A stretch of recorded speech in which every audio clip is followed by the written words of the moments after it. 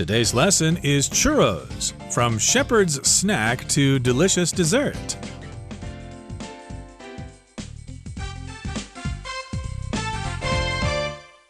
Hi, everybody. My name is Roger. And I'm Helen. And today we're going to talk about food. We're going to be talking actually about a snack from Spain. Maybe you've heard about it.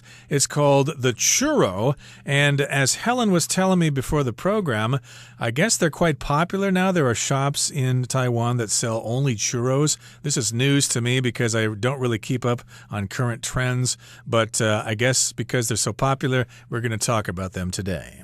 Yes, there seems to be a churros craze now because a lot of people are buying them and there are shops that sell only churros.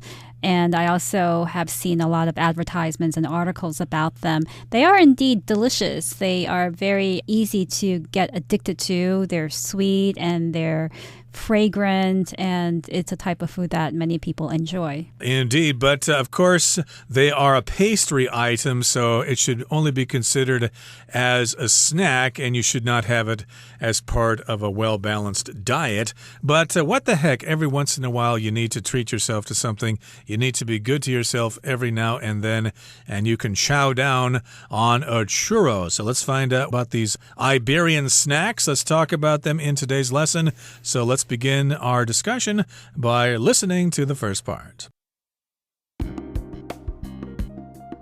Churros, from shepherd's snack to delicious dessert. Paired with chocolate or enjoyed plain, the humble churro has been a popular food in Portugal and Spain for centuries. Now these sticks of fried dough can be found almost anywhere. Read on to learn more about this delicious dessert. 大家好，第一部分我们看到名词 Portugal 指葡萄牙，例如 Lisbon is the capital of Portugal. 里斯本是葡萄牙的首都。或是 You can go to Portugal and enjoy the Mediterranean landscape. 你可以去葡萄牙享受地中海的风景。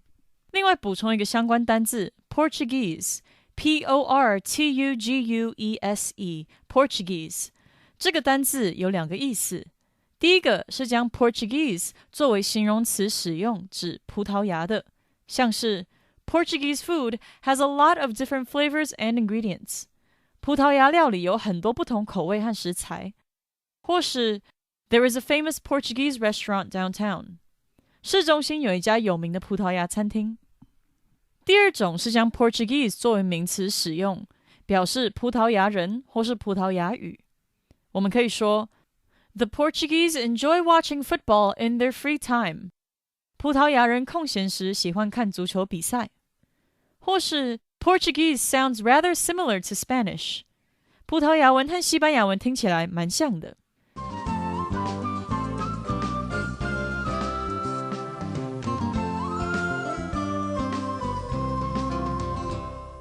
So the title of today's lesson is Churros, from shepherd's snack to delicious dessert. And the title here already gives us a hint about the background or the origins of churros. They started out as shepherd snacks, and shepherds are people who herd sheep. So they're often in the fields and they may not have a convenience store nearby or any type of kitchen equipment or situation. So they brought churros along with them as snack that they can eat when they want to take a break from herding sheep. So they went from this type of food to becoming a delicious dessert, and we're going to find out more now.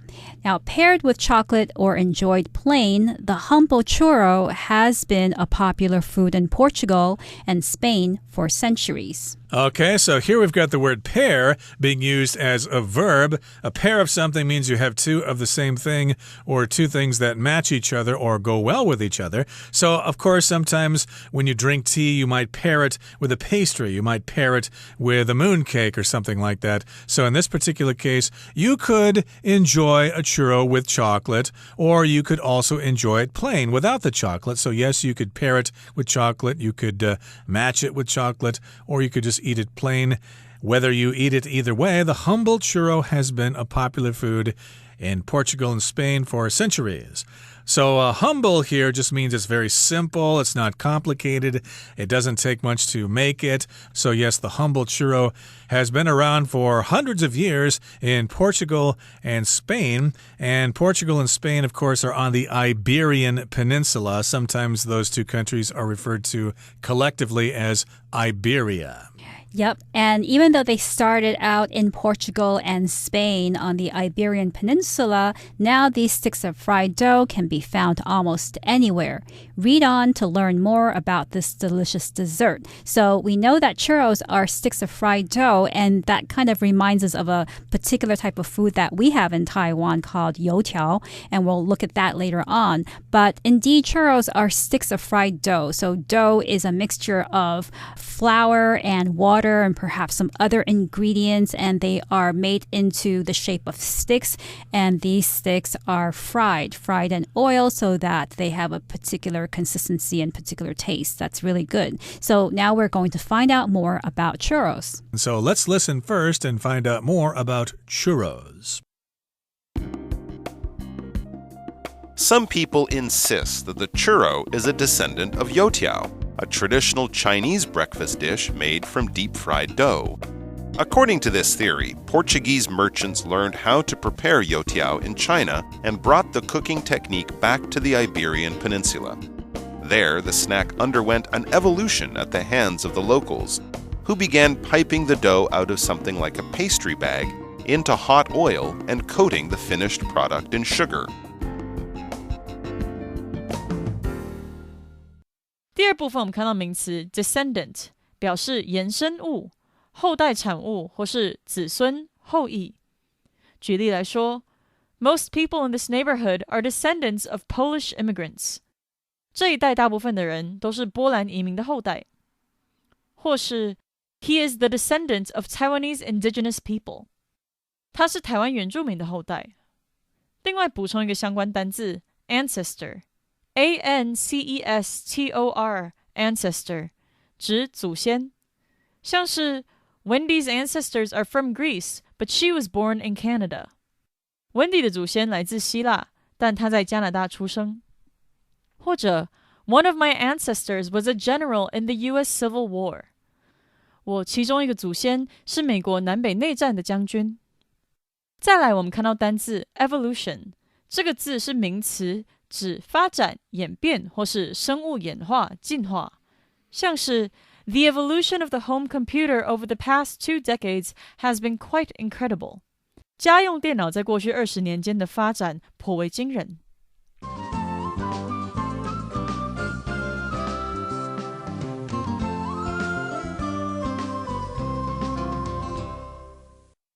So let's find out about how churros came about. Who invented churros and when did they first begin to be a snack for the shepherds? Well, it says here, some people insist that the churro is a descendant of youtiao, a traditional Chinese breakfast dish made from deep-fried dough. So we all know what youtiao is. It's something that we eat for breakfast very often, and there are people who think that the churro is a descendant of youtiao. A descendant is a relative of someone who lived long ago in the past. So I could say, for instance, I am a descendant of my great-great-great-grandfather. But here, descendant is being used figuratively to talk about food and to suggest that the churro may have originated from youtiao. Right, so what do you think? Do you think the youtiao is the ancestor of the churro? Some people may say, yeah, I guess they are kind of similar, while other people may say, 差很多，一点都不像. So yeah, that's a question that you might want to answer yourself. That is one theory. And according to this theory, Portuguese merchants learned how to prepare youtiao in China and brought the cooking technique back to the Iberian Peninsula, which again is Portugal and Spain. So yes, indeed, that's one theory. According to the theory, we've got some Portuguese merchants, some business people from Portugal heading off to China to try to buy some tea or whatever, and they discovered the youtiao there. They were taken to a breakfast place by their Chinese hosts. And they said, here, check this out. This is our traditional food here.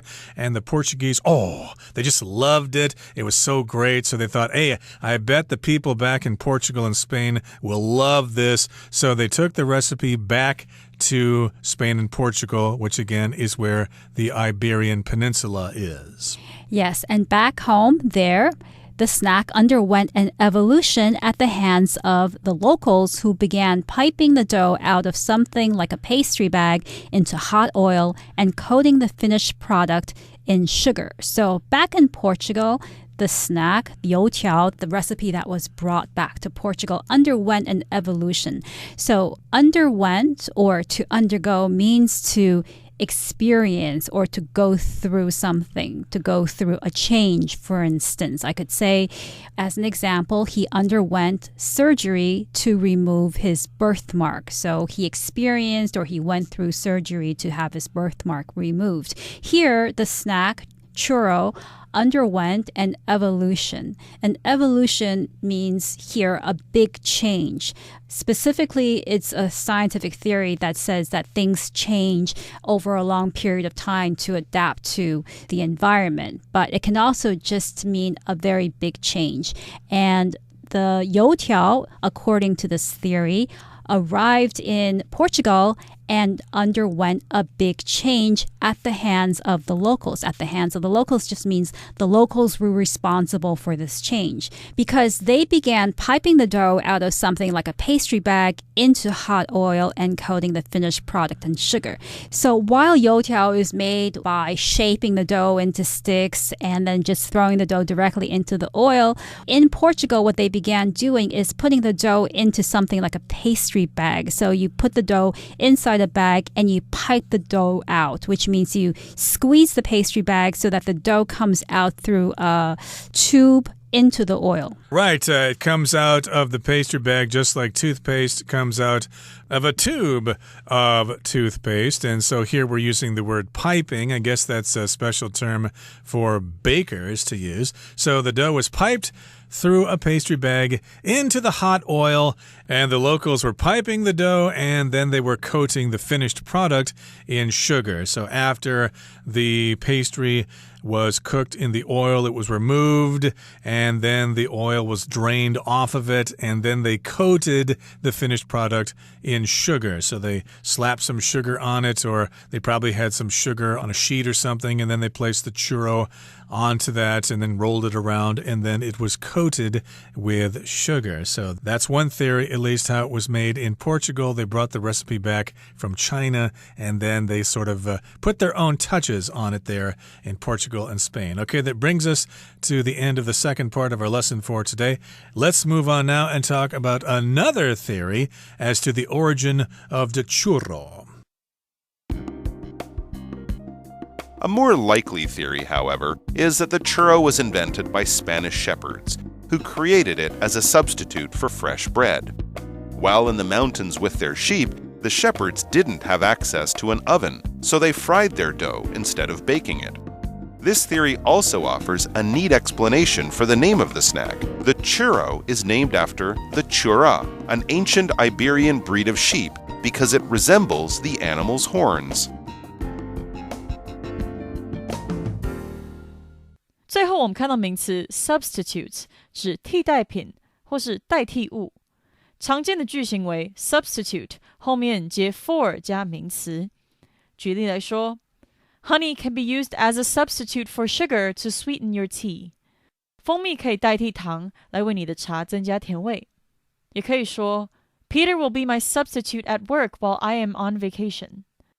Peter 在我休假的时候会是我的代理人。另外 substitute 也可以当动词使用，表示用点点点取代或是代替。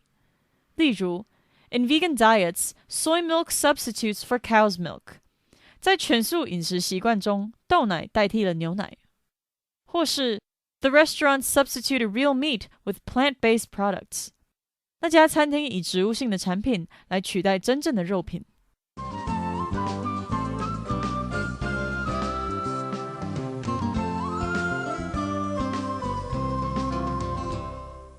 So just before we looked at one theory of the origin of churros, which was that churros are descendant of youtiao, and it underwent some changes when it arrived back in Portugal. It became sweeter and it was piped out of a pastry bag. But here we're going to talk about another theory, and this is a more likely theory. And the theory is that the churro was invented by Spanish shepherds who created it as a substitute for fresh bread. So according to this theory, the Chinese have nothing to do with the existence of churros. In fact, churros were invented by Spanish shepherds. Shepherds, as we looked at before, are people who tend sheep. That's their job, to tend sheep. And they created churros as a substitute for fresh bread. A substitute is something that is used in place of something else. So they used churros, or they ate churros instead of fresh bread. They substituted it for fresh bread. I could also say, for instance, if I'm making cake or cookies, I don't have any butter, so I used oil as a substitute instead of butter. Or maybe you don't like to have milk in your cereal. You can substitute doujiang or soya milk in your cereal, and it might taste better to you. You can use soya milk as a substitute there. But we've got these Spanish shepherds. They were hungry, and they wanted to have fresh bread, but for some reason they couldn't get it, so they used churros as a substitute for fresh bread. Now, while in the mountains with their sheep, the shepherds didn't have access to an oven, so they fried their dough instead of baking it. That seems to make sense. If you're in the mountains there in Spain and you've got sheep there, well, you're probably not going to have an oven, or maybe you did not have an oven hundreds of years ago. So they were hungry still. They had the dough and they had the other ingredients, but they did not have an oven. So they thought, well, let's try to cook it a different way. They fried their dough instead of baking it. So remember, if you fry something, you can do it two ways. You can cook it in hot oil, or you can cook it in a pan over a flame. Those are two ways to fry things, but here they're referring to frying it in hot oil. Yes, and this theory also offers a neat explanation for the name of the snack. A neat explanation is a simple but smart explanation or reason for something to exist. So neat here means simple but smart. For instance, I could say, I have a neat idea. Why don't we go have a picnic at the park? And explanation is a reason for something. For instance, my boss could say to me, give me an explanation for why you are always late. In other words, explain to me why you are always late. So the second theory about the origins of churro offer a neat explanation, a good reason for the name of the snack. The churro is named after the chura, an ancient Iberian breed of sheep. Okay, and of course, animals have different breeds. When I see the word breed, I think of cats and dogs. Like dogs, of course, there are different breeds. You've got a Scottish Terrier, Black Labrador, Golden Retriever, Irish Setter, German Shepherd. Those are all different breeds of dog. And like dogs, sheep have different breeds as well. So there is a breed of sheep in Iberia, and it's called the chura, and so churro is named after that. Why would you name this kind of snack after a sheep? Well, the reason is it resembles the animal's horns. So if you see a picture of a chura, then you can see the horns there, sometimes called antlers. You can see the horns there, and yes, they do look like churros, hence the name. And here the phrase to be named after means to give someone or something the same name as someone else or something else. And in America, for instance, it's very common for children to be named after their grandparents. The same is the case for many countries in Europe. But I don't think that's so common in Taiwan or in Asian cultures. You don't name your child after your mother or your father. Right. It's very common, of course, in Western cultures to have the son named after the father. So if your name is Todd Benson, for example, and you have a son and you name him Todd, then he will be named after you. He will be Todd Benson II.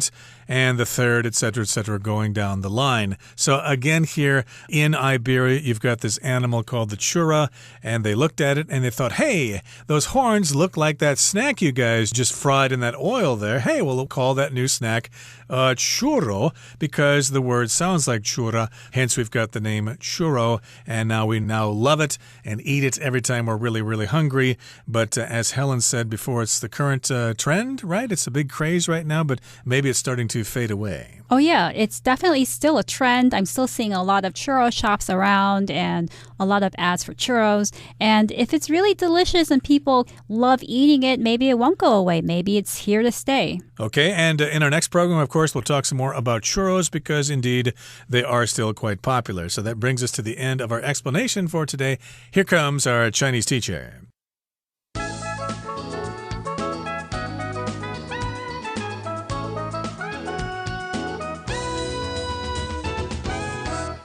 各位同学大家好，我是 Hanny。 我们来看今天的文法重点。关于吉拿棒的起源，课文第3部分提到另一个比较有可能的看法是，吉拿棒是由西班牙牧羊人发明的，用来当做新鲜面包的替代品。好，文中用到 substitute 来指替代品，我们来学它的字首字根。好， S-T-I-T-U-T-E 这个字根它有建立、设立、放置的意思。那么在 substitute 这个字当中，它的字首 S-U-B 表示在下方，那么 S-T-I-T-U-T-E 这部分表示放置。同学们可以试着想，你放在下方就是准备用来递补，要准备用来代替、替代的，所以 substitute 就有代替、取代的意思，而它当名词就有替代品、代替物的语义哦。我们顺便来补充几个有相同字根的单字。第一个是 constitute， 它的字首 C-O-N 有强调的语义，那么 S-T-I-T-U-T-E 表示设立。那强调设立，我们就可以联想到 constitute 这个动词呢，它有构成、组成的意思。好，第二个补充的是 destitute， 它的字首 D-E 表示 away 分离， S-T-I-T-U-T-E 表示放置。那这个字原本字面的意思就是被摆到旁边去了嘛，它是被抛弃的，后来是用来形容它是一贫如洗，非常贫穷、贫困的，或者是缺乏的。好，第三个补充的是 institute， 它的字首 in 表示在什么之中，或者是上方， S-T-I-T-U-T-E 表示站立、建立。同学们可以试着想，在上位的人啊，或者是在上面的机构会去制定一些规定来让大家遵循，也许就可以从这边去联想到 institute， 它当动词有创立、制定的意思。另外我们也可以去联想说，会制定研读法令规章的都是比较严谨的单位，然后这样去推想说institute 当名词它有协会、研究院、机构等等意思，常常是指研究、教育、专业等等的机构哦。好，我们再看到课文下一句，他写到牧羊人和羊群在山里没有烤箱，然后他就说 So they fried their dough instead of baking it， 所以他们将面团油炸而不是用烤的。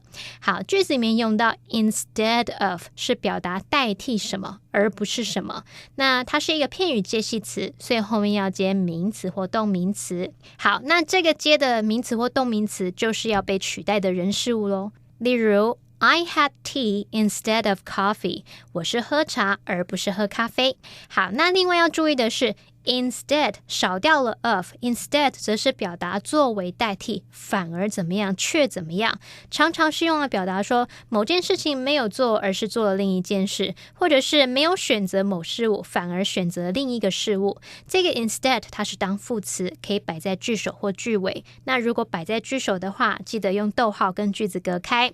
例如 They didn't go to the library Instead逗号 They went to Sean's place， 他们没有去图书馆，而是去了 Sean 的家。好，那么以上是今天重点整理，我们来回顾今天的单字吧。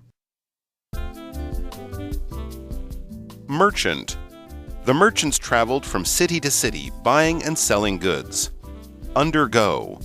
All of our tour guides are required to undergo instruction before they can give tours. Evolution. Emily wrote an essay on the evolution of fashion during the 20th century. Substitute. Talent is important, but it's no substitute for hard work. Explanation. Darlene offered no explanation for why she was late to class. Breed. What breed of cat is that? I've never seen one like it before. Well, that brings us to the end of another edition of our program, and please make sure you join us again next time. From all of us here, I am Roger. I'm Helen. See you next time.